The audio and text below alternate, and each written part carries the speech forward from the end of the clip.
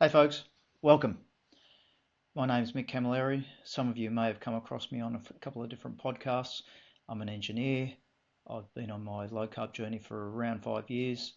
About 3.5 years ago, almost 4 years ago, I started on a carnivore journey. As some of you may be aware, I actually did some testing and came up with a CAC score that put me in the 95th percentile of my age group. I'm currently 55, Australian based.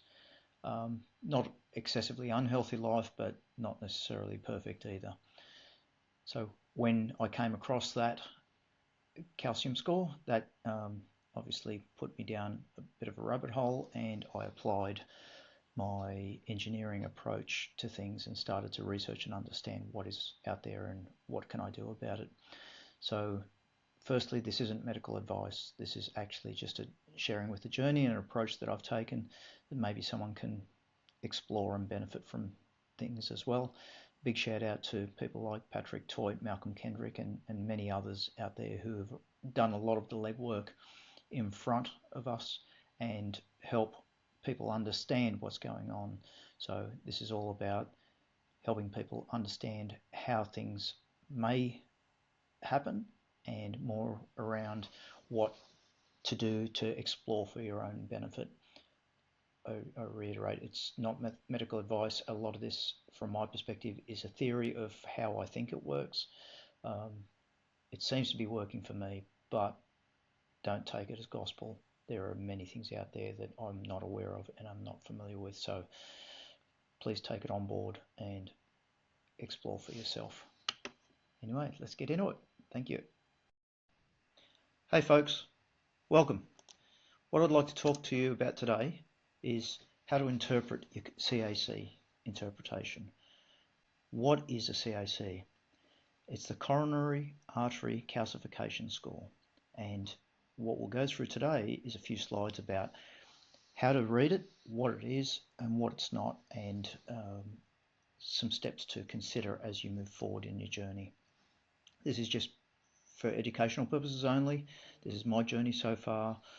You need to do what's right for you and talk to your professional medical support accordingly. So let's get started. Some things to be mindful before we even start. One of the things, you've probably got a CAC, but what does it mean? And then if you go and get another CAC done from somewhere else, how does that compare? Well, understand that there is variability within different machines. So it's always important to try to get your testing done at the same lab wherever you can. Partly because of different procedures, partly because of different set points, many factors that come in. Even just the way that the data is presented will be different. A key point here is that the CAC is actually a calculated number based on volume and density, i.e. the brightness of the scan, and we'll talk a little bit more about that as we go through. As you go through this, you want to monitor changes in your approach and compare your results. So it's important to be fairly disciplined in your approach. And if you're going to change something, maybe consider either waiting till you're due for your next scan, or if you're keen to do a change like I was, maybe consider getting an extra test done. Okay, what we can see on the screen is typically what we would see as part of a CT scan. And the CAC is made up of a series of CT scans of your heart and the coronary arteries. So there's many slices. I think it's this one here. I can't remember the exact number I had, but notwithstanding, by going to the same place, you're going to use the same procedure and you're comparing apples and apples. And what you'll see is the scan for each slice. There's an image of calcification. So those little white dots there, that's calcification. As you go through, you'll see different things and you can get different bits of data out of it. But what then happens is for each of the main arteries, the coronary arteries that is, the scan will identify how much volume is there, and we'll talk a bit more about this separately, how much volume, and then based on the brightness of that image, it's given a factor based on the density. The brighter the density, the brighter the whiteness, the higher the density of that plaque, which means it's more stabilized. So the lower the density, the less stabilized it is. So as we go through, we'll understand a little bit more about that. But using those two numbers, the volume and the density factor, we get a calcium calculation by each coronary artery, and you'll see separately even by each area of each lesion. So if you've got 4 lesions in the LAD, then it would have a separate calculation for each one of those 4 lesions and then sums them. So as we go through then, the data that gets presented when we get a more detailed CAC done, and it's important to check that your lab provides this, you'll see on the screen here, you might get some just summary data. You might actually get more detailed data, and this is where I was talking about. Each lesion has a separate number and a separate calculation. For me, in this case, the left ascending, the left anterior descending and the RCX are the 2 main ones. I have got something in other, and in the context of other, that is essentially not necessarily the coronary arteries, but calcification that's picked up in the other smaller capillary arteries and so on that are going around the body. When we talk about a CAC, we're talking about the coronary arteries, not including the other component. So if you had to go through these and do the summations, you will see that the coronary arteries actually exclude other, whereas the total includes it.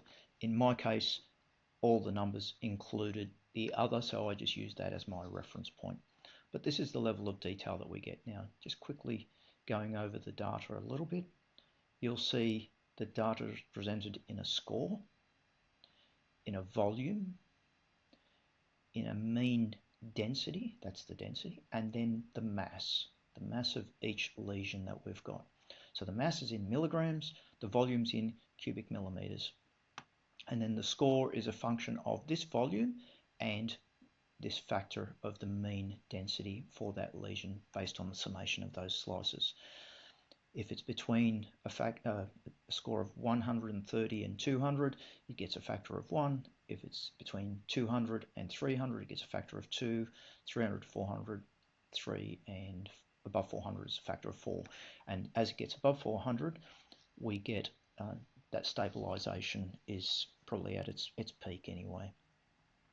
So even if we don't get any volume growth, we will still potentially, as we get more stabilization, we expect that calcium score to go up, and we'll talk about that in a sec. Okay, so here are some scores that I had, and just explaining these.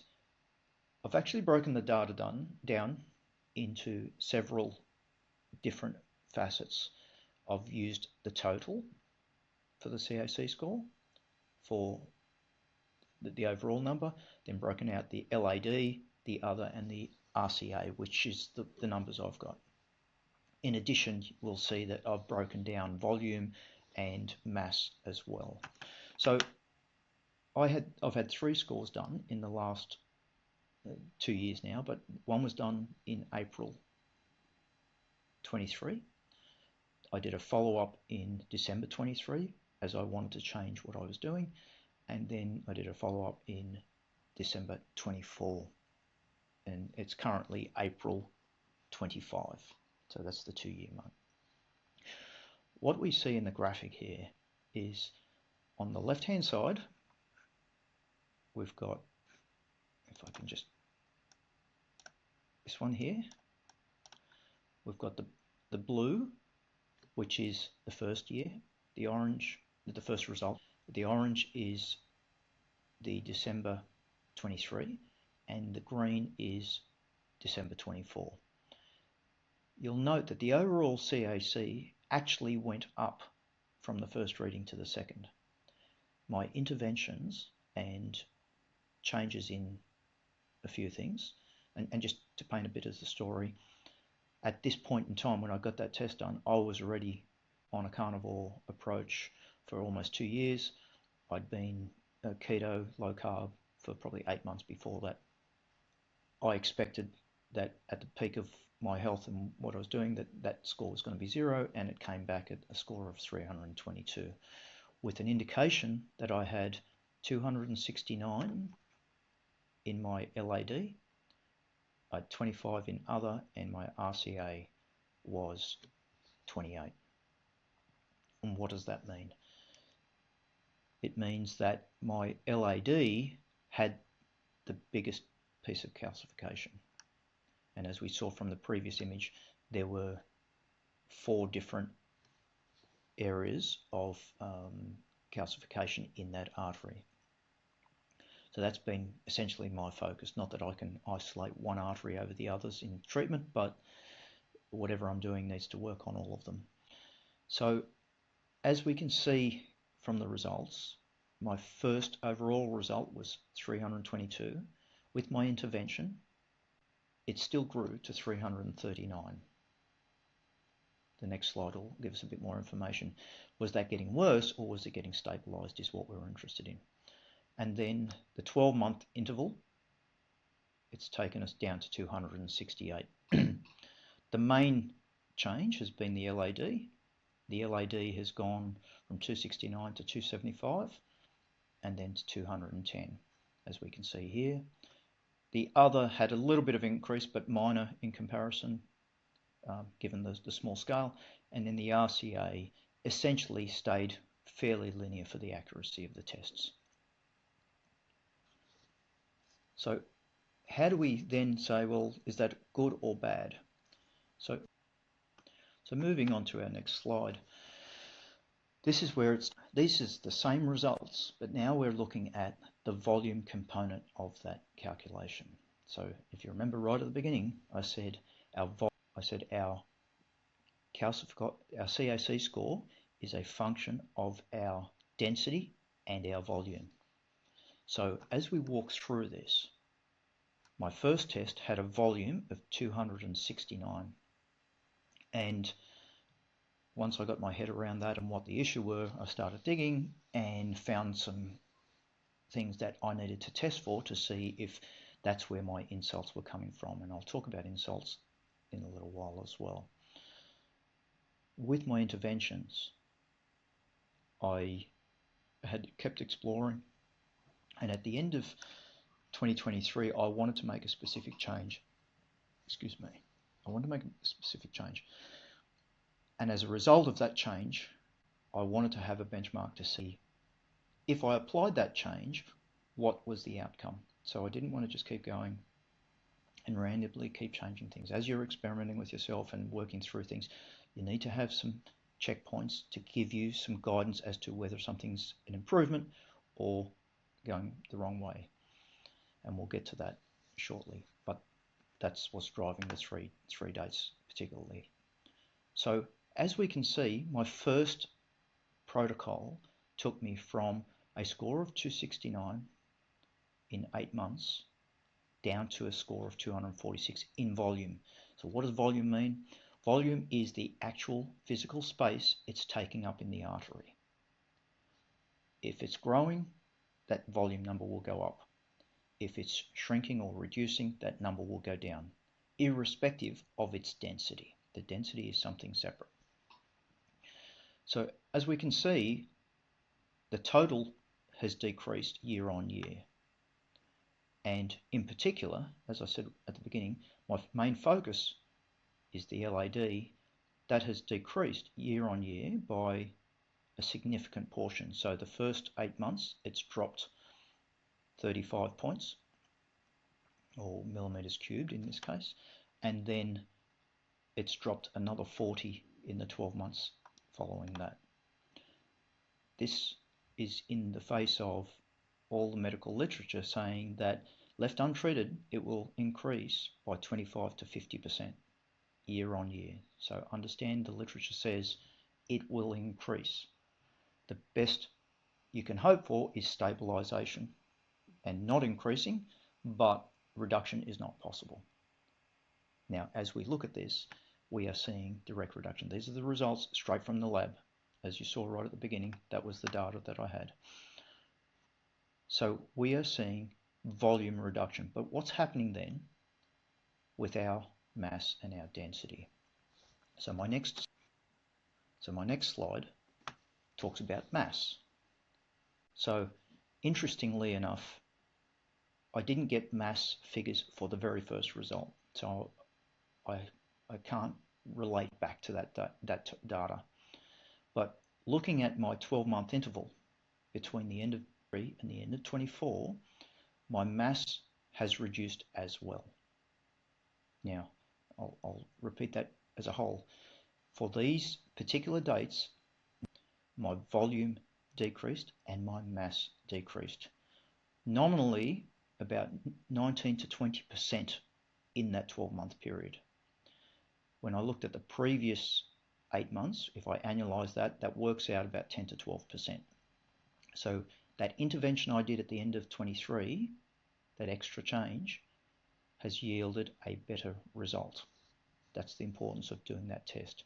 Now, I'm going to go back to the first slide here because I want to talk about density a little bit. What you can see on the screen is the average density for each of these. And not in every case, but in most cases, the number increased. So that average went from 189 to 204. This one went from 292 to 302, and so on. So 383, I think it says, to 408. There was a trend to more stabilization of that plaque. So even though our density went up, our volume and our mass decreased, which leads us back to we are reducing the plaque. The one that's a little bit interesting is the other, and again, that's not one of the coronary arteries, that's in bits and pieces. So it did go up in that first one, but then came back to almost where it started from in volume, and in mass it's reduced as well. So in summary, this accuracy of a CAC score is only indicative. It's not necessarily that absolute that it picks up everything, and it does not cover soft plaque. Okay, I'll repeat that. It is not covering soft plaque. It's looking at calcification. And calcification comes after the soft plaque is being stabilized. So even if you've got a 0 score, don't assume that you've got nothing going on. It's important to understand too, though, that while it's indicative, using the same machine gives us relativity. If I use different machines, I can't say, well, I had a score on one machine and I got X. My machine, a different machine, gave me a score of Y, so they're relatable. The test parameters might be slightly different. The approach to doing the test might be slightly different. The way the machine's set up might be slightly different. So if you can go to the same lab, repeatability is key. Same machine and the same lab. Now, just reiterating that the CAC is actually a calculated number. So yes, you will expect it to go up, even if your volume doesn't increase. As your score stabilizes, it will go up. And why does the stabilization occur? Because our density increases. We are wanting that plaque to become more stable.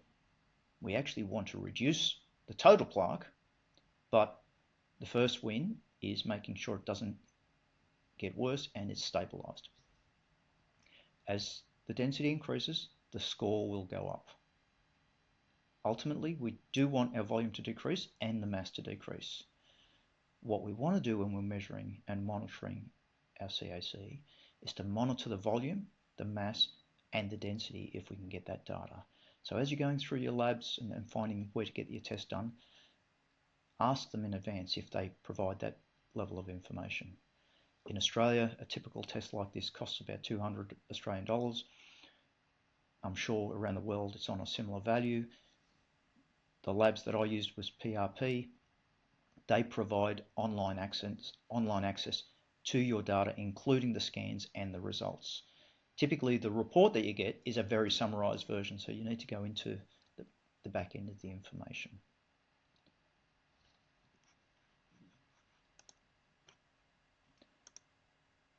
Okay, so just moving on then, what can we do about it? Well, why does it happen to start with? Let's understand that. Insults, and I'll talk about insults as the damage caused to our arterial wall. What does that mean? So there are many reasons why we can get damage to our arterial wall. It could be high blood pressure, it could be stress, it could be something in our blood, it could be a genetic disorder, it could be microbial gut health causing inflammation and causing problems that inflammation comes to fix. Typically though, a normal healthy body and genetics can deal with them. That's why some people don't have any problem, because generally they've got everything they need. Unfortunately, some people don't actually have everything they need, or they've got negative dispositions based on their health or genetics that can impair the repair process. And that includes poor nutrition,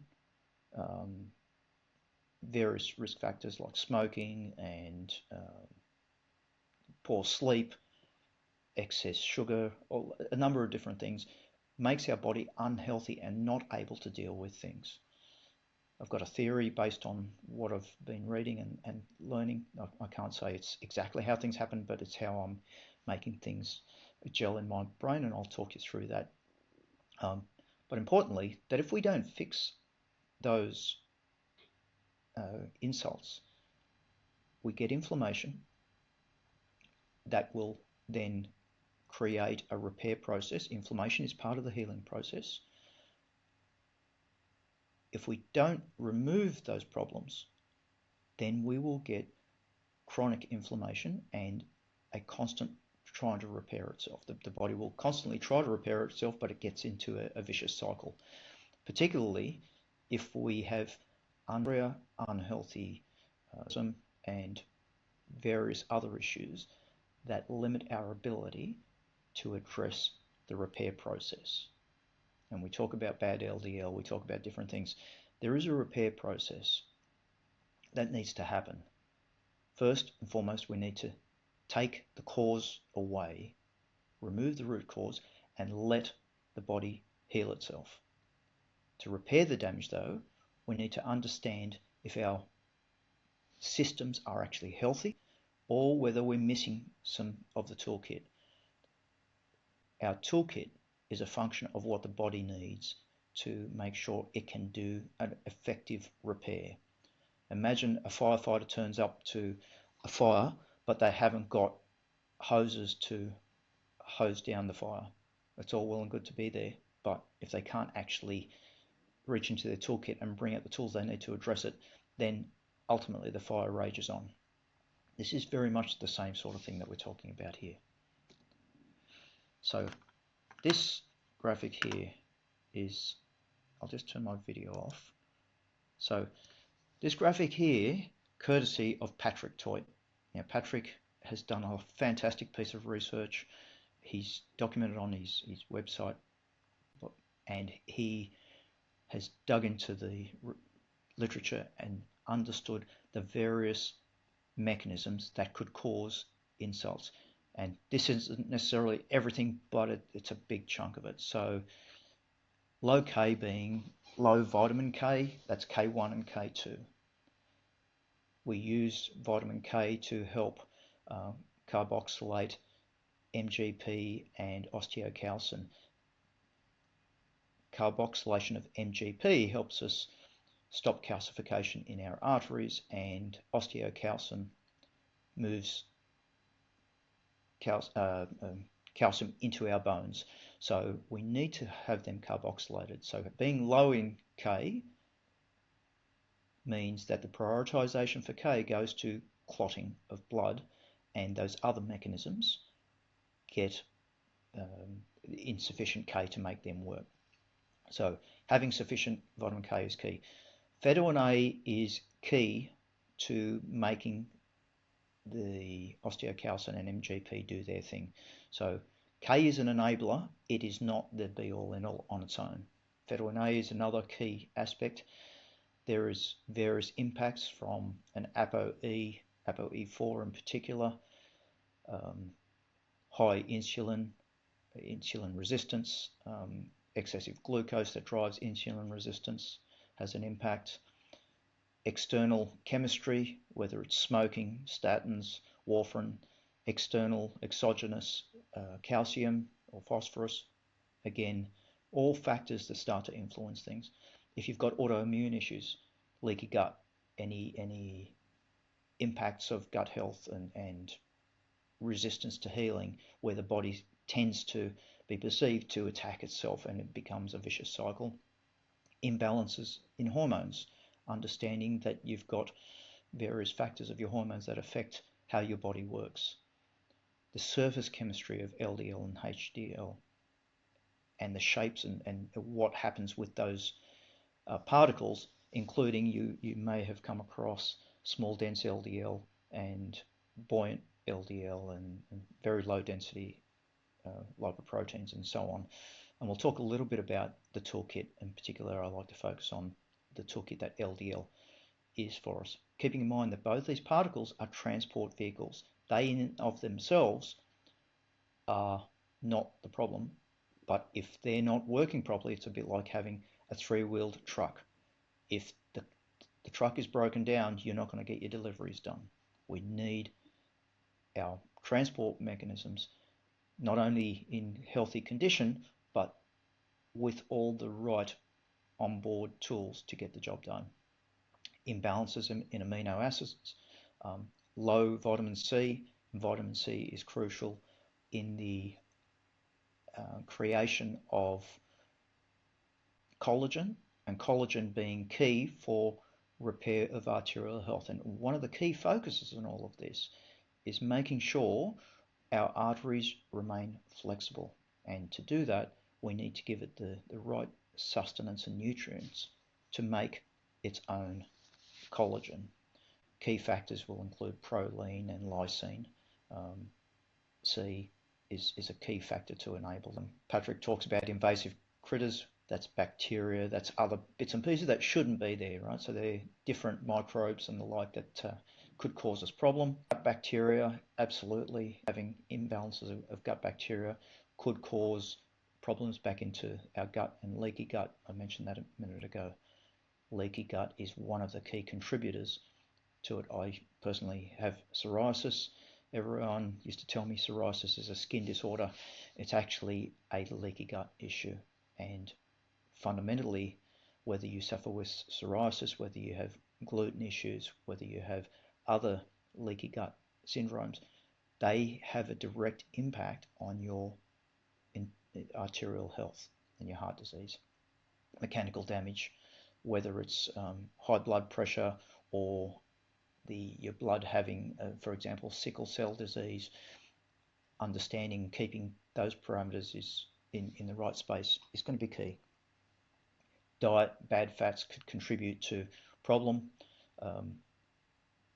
Not just bad fats, but, and we haven't talked about it here, it's probably covered in the glucose point, but excess carbohydrates that have impact on our metabolic health. So if our metabolism isn't working properly, then we can have problems. We can also have excess omega-6 fats. We have an important balance to have between our omega-3s and omega-6s. If we don't have our omega-3s, we have excess omega-6s, then that's going to cause problems. Vegetable oils, for example, are very high in omega-6s. Some have omega-3s, but a lot of them have high omega-6s. Trace elements, you've probably come across mercury and others that shouldn't be in our body, the heavy metals. Again, they can have negatives. Low magnesium. Magnesium plays something like 300 different functions in our body. It's important to have the right levels of that. If our T3 is out of range, we could have our thyroid being in the right range as a whole, but our T3 could be out, our free T3 could be out of range. It's important to test these things to see where we're at, because that has a negative impact on the body being able to do what it needs to do. And then low vitamin D and CoQ10 are other factors. So as we get older, CoQ10, our body makes CoQ10, but as we get older, our ability to make CoQ10 naturally decreases. Add to that, doctors recommend statins. Statins will block the pathway for CoQ10 synthesis, and in doing so, it means that our body doesn't get to make the nitric oxide that it needs to make to provide the arteries with the vasodilation that they need. Low vitamin D is another key point in terms of being part of the toolkit. So this is a very simplified process. It's probably not technically correct, but it's just trying to explain a bit of a flow of how things happen. So all those different insults that we talked about a minute ago could be happening on multiple different levels. It's not singular, it could be many different things, some compound, but they provide damage to the arteries. So we end up with our endothelial cells getting damaged, the glycocalyx getting damaged, and that's the insult we're talking about. So the body comes along and applies inflammation, keeping in mind that inflammation is a healing mechanism. It's part of the recovery process. Macrophages are released, they come along and they start dealing with those insults. This is what our white blood cells are intended to do. Okay, and then LDL comes along in our blood carrying its toolkit, and the toolkit is a variety of things, but it comes along to do the cleanup. We talk about the LDL and HDL being delivery trucks and garbage trucks. They come along, they bring the firefighters in with their right hoses and everything else, and then once the macrophages are done doing what they're supposed to do, the LDL takes them away, cleans them up. But if our LDL is unhealthy and or it doesn't have the right toolkit, using the analogy about the fireman and his hose, if the toolkit is incomplete, then we don't have the right tools to actually deal with the macrophages. And as a result, the macrophages consume the LDLs, or even if they don't consume them, if the macrophages continue to proliferate, we end up with a cycle of constant growth of inflammation and further insults. And as a result, that just starts the process again. Now, there is a theory that I came across recently, that a colleague made me aware of it, is Professor Vladimir Subotin's theory of how the repair mechanism works. So based on his theory, we have insults happening in the arterial wall, so through the middle. So through the middle here, we have arterial wall damage on the blood side, and we have thickening of our intima layer. Now, to date, it was thought that this layer was very, very thin, and it was only a single cell or very small layer. But what some results have shown, and this is actually from scan data, I don't know if I've got the page on this as well, but we'll get to that. The intimal wall thickness is 25 to 30 cells thick. And in the healthy space, it's fed its nutrition from this side. And it gets some nutrition from the media side. So this is our intima layer, this is our media layer, and this is the lumen here. The lumen's the artery side. The media layer is fed nutrition from the vasa vasorum blood vessels. So they wrap around the outside of the artery, and they are like little roots into the media, and then through the permeation through the different layers, that nutrition comes this way and we get some from the top. But what happens when we have a problem on our artery wall? So our artery wall gets this build up, and as a result we get a reduction of nutrition and oxygen going into the cells, into these deeper layers. And the vasa vasorum then grows from the media side into the deeper ends of the intima layer and into the biglycan. Now, they're not intended to do that, but this is an emergency response to make sure we don't end up with a problem here. When this happens, we end up getting fatty streaks deposited deep in this layer. Our macrophages are working here. Our LDL is trying to clean things up, but because this is chronic damage and continuing, the body's saying, well, my blood vessel, my deep layer of the intima is not getting what it needs. So it supplies nutrition from the outside in. And we end up getting fatty streaks. So again, I'll just talk through this again. My interpretation of the process, since my theory based on what I've understood, we get an insult to the endothelium and the lumen, which promotes the macrophage and healthy LDL cleanup at the lumen. So that's the normal process.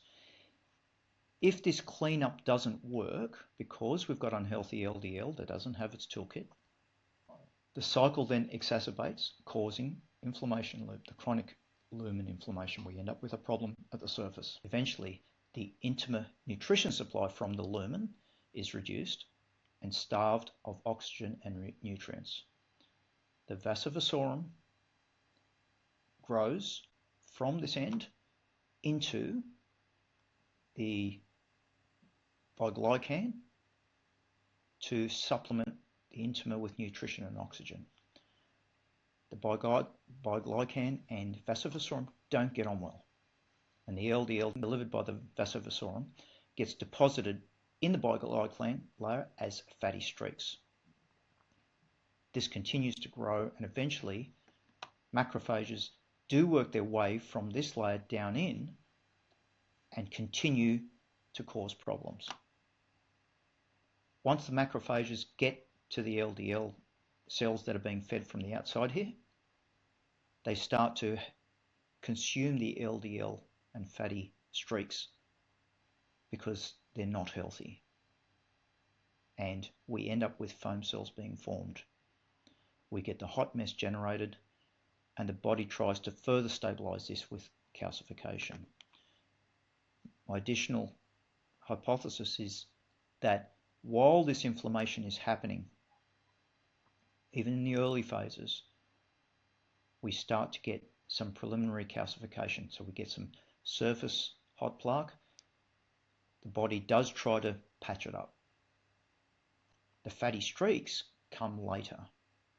So there's this natural process of fixing the surface chemistry, the surface of the glycocalyx, and we end up with a buildup. So Malcolm Kendrick's analysis showed that we had growth of the endothelial cells over the top. So as we see through here, this bulging is a combination of inflammation and healing. Think of a scab. And then if it doesn't heal properly, we'll get another scab, we'll get a small rupture, another scab, and so on. But that's not the fatty streak. The fatty streak actually starts deep down in the depths because of this. We've already got this build up here. Okay, probably easier to see on this side.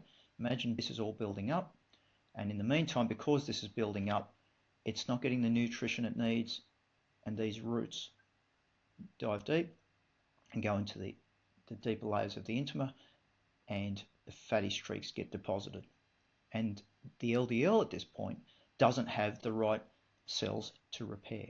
It doesn't have the right nutrition, I should say, to repair what it needs to. So it's depositing small dense particles and other bits and pieces that it can't actually use properly.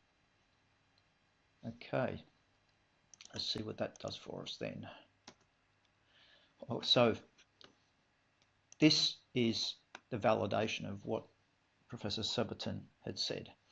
What we see here is exactly that process that we described. So across the top, the intima thickness, the bioglycan, and then the media is down below. As you can see though, that's healthy. Along the top here is where the insults are happening. And those little red dots, actually probably better to see in this one here. So this is the scan that gives us LDL visibility and fatty streaks. And this one is where the macrophages are working. As we go through, we'll start seeing some fatty streaks being deposited here. But this is the crux of it. They're not starting at the top where the macrophage activity was. So this little line here, you'll see the macrophages working there. But we don't have fatty streaks close to the macrophages. They're actually very distinct. So the fatty streaks are not created by foam cells based on this interpretation. They are deposits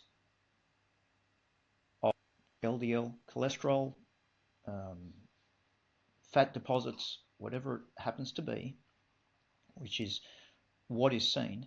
It's always been assumed, based on the cholesterol theory, is that we get the fatty streaks going under the surface of the glycocalyx and into the top of the intima.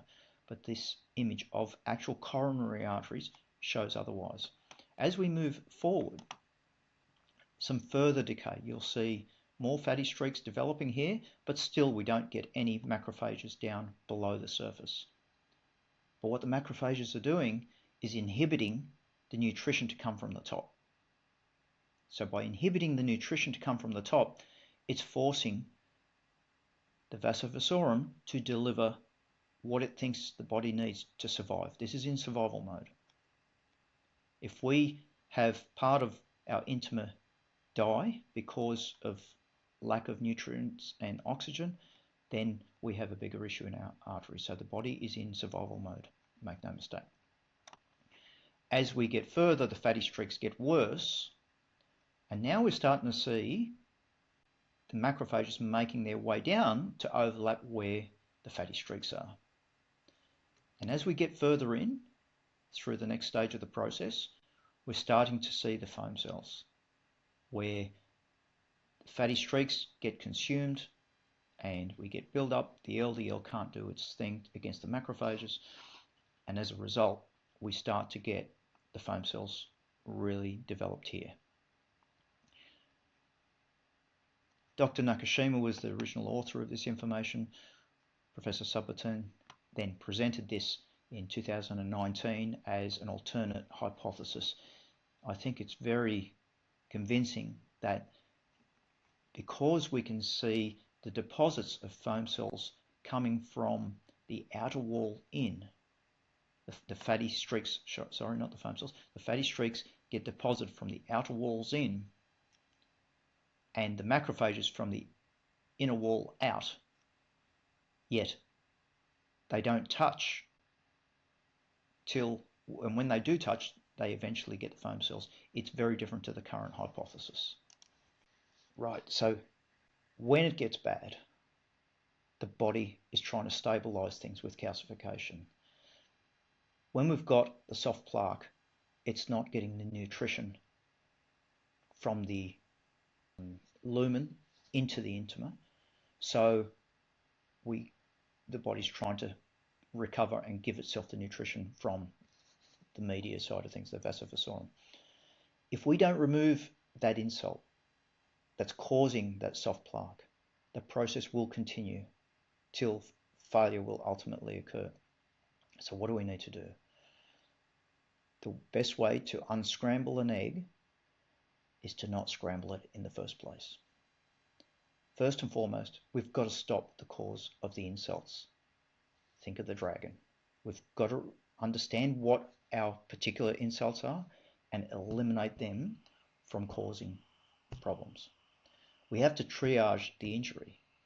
Stabilize the plaque. Yes, that means calcification. If we've got plaque there, we need to stabilize it while the body heals. I liken it to a scab on outside of our body. if we get a cut or a bruise, we'll get some inflammation, we scab up, the body heals underneath the scab, and then the scab falls off, and then the skin is all sealed up again. We've got to stop the hot mess. We've got to let the body recover, but we've got to give the body what it needs to sort out the surface wall. We need to make sure that our LDL particles have got all they need to give the body what it needs. Some of the things that come up in my mind. What happens to the vasa vasorum in the bicang layer after the insult stopped? Does the nutrition from the lumen recommence and then negate the need for the vasa vasorum? Do the vasa vasorum retract? Do they die off? Do they shut down? What happens?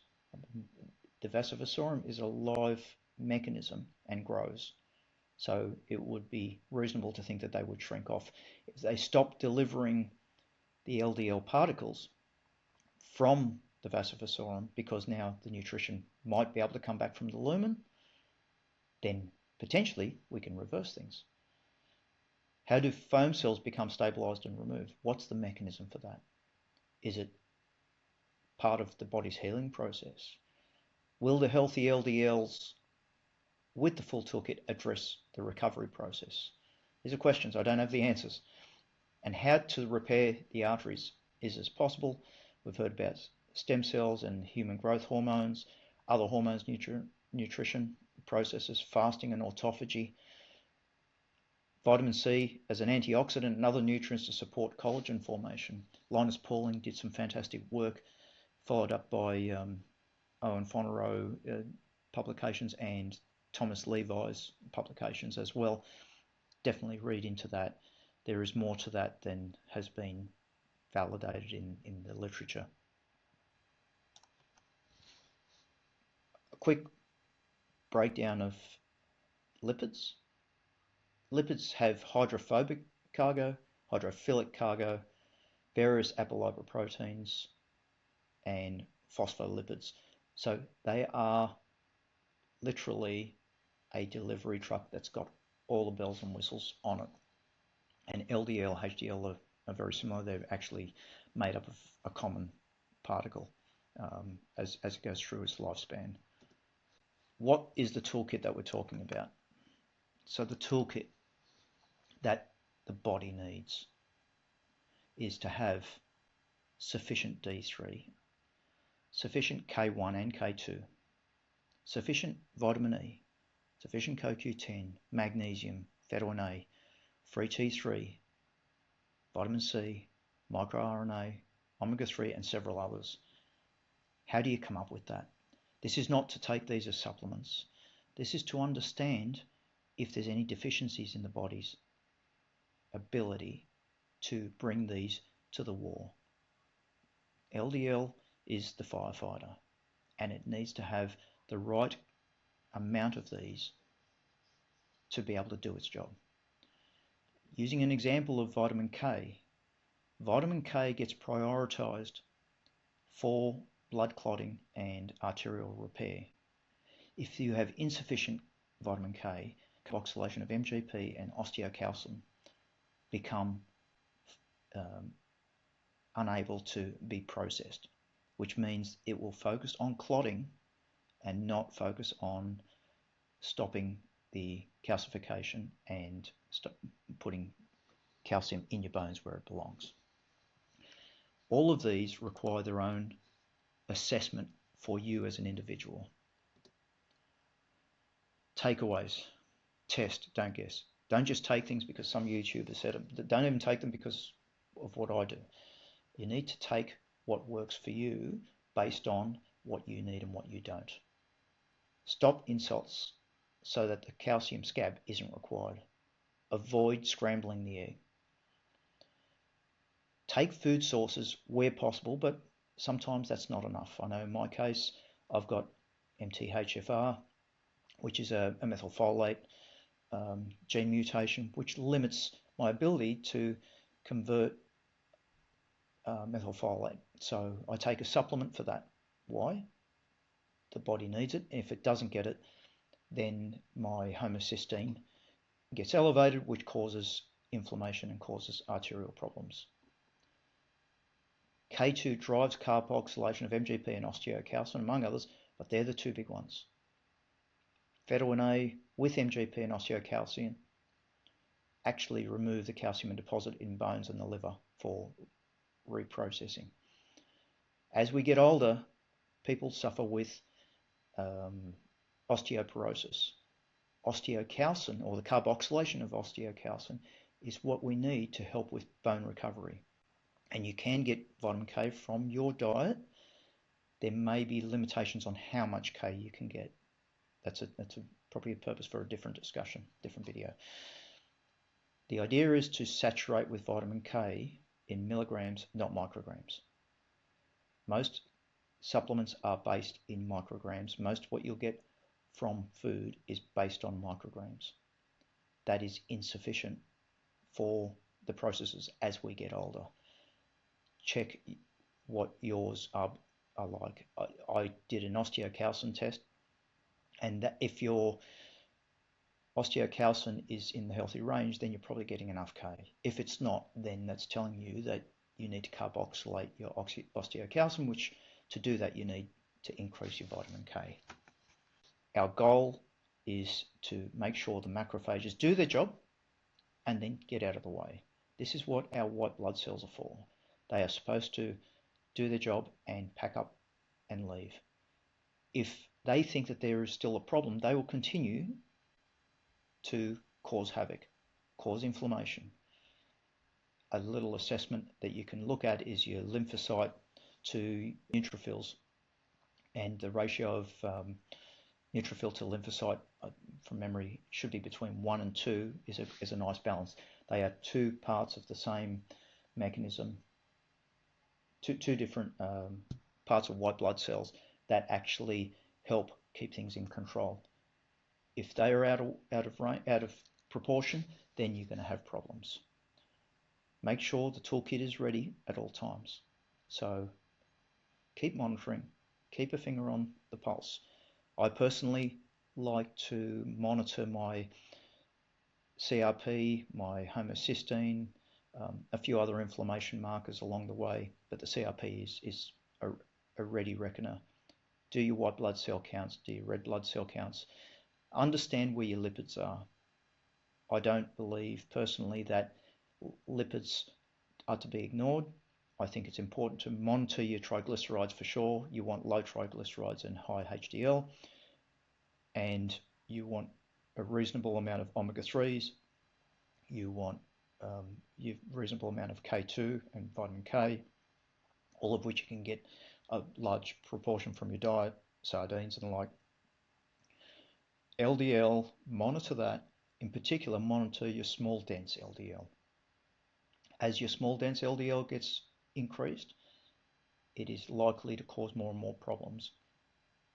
It's linked back to your ApoB. Whether you're a believer in the lipid hypothesis or not, be aware of where you're at and what you've got.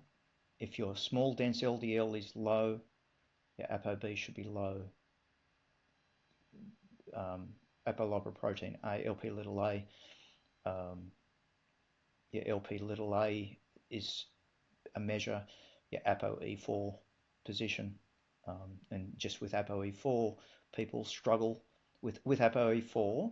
There is a slower turnover of LDL particles. So where a normal person might turn over their LDL particles every 2 to 3 days, it might take 4 to 6 for your people with ApoE4. So there's 2,4, 3,4, or 4,4 genes. So be aware of that. Don't ignore it. Not everyone is the same. We are all human, but we have some various genetic mutations. Not everyone is the same. Understand that you may be slightly different. Hopefully that gives some oversight as to some of the things to look for. I can't thank various people enough. Patrick Toit, Linus Pauling's work, Thomas Levi, Malcolm Kendrick, even various doctors I've talked to along the way. I've listened to a lot of doctors and taken away some suggestions about what to test for. Suresh, Dr. Suresh, most of you may know him as the meat medic. suggest a different test to do to explore, and that helped me understand the MTHFR issue. It's not necessarily the diet alone is going to fix things. As we're seeing, people can still have progression in their calcification and their calcium score ultimately, even when they're eating a pure carnivore diet. Just assuming the diet alone is fixing things is a bit naive. If you don't get rid of the external factors, whether it's pollution, whether it's smoking, whether it's stress, whether it's insufficient exercise, or other factors of imbalance in the body, diet alone will not fix them. It's definitely down the right path to provide all the right inputs, but you need lifestyle intervention. As I've shown, my results have improved. I've reduced my numbers. I do not take statins. I do not take aspirins. My first result was in 2023, April. Some 20 months later, I had reduced it significantly. I'm still on the same journey. I still eat red meat, predominantly eggs, some dairy. I take supplements. I take vitamin K. I take ubiquinol, which is a reduced version of CoQ10. I take vitamin C in the order of 6 to 8 milligrams per day, spread over the day. Where I am now, if I can get it from the sun, that's my preference. But occasionally, I'm currently in the UK, so the weather's not fantastic. I get my omega-3 from my sardines. I get most of my nutrition from my food. But given where I am and I want to make sure I've got a belts and braces approach, I take some supplements. The other supplement I do take is nattokinase, and I take that as an anti-thrombosis measure. It is shown to reduce the risk of blood clots, and by affecting my fibrinogen and reducing fibrin content. I measure that, it's part of my blood tests. So it's important to take that into account as you work through what it is that you've got. I'm not saying to take these things, that's just what I do.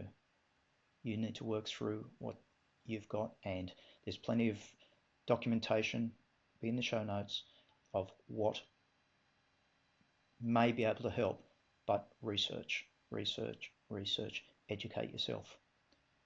It's not all doom and gloom. There is hope out there. Hope that helps. Really appreciate you listening. Feel free to post any questions and I can help direct you where you might find some of that information from my research. Thanks for listening.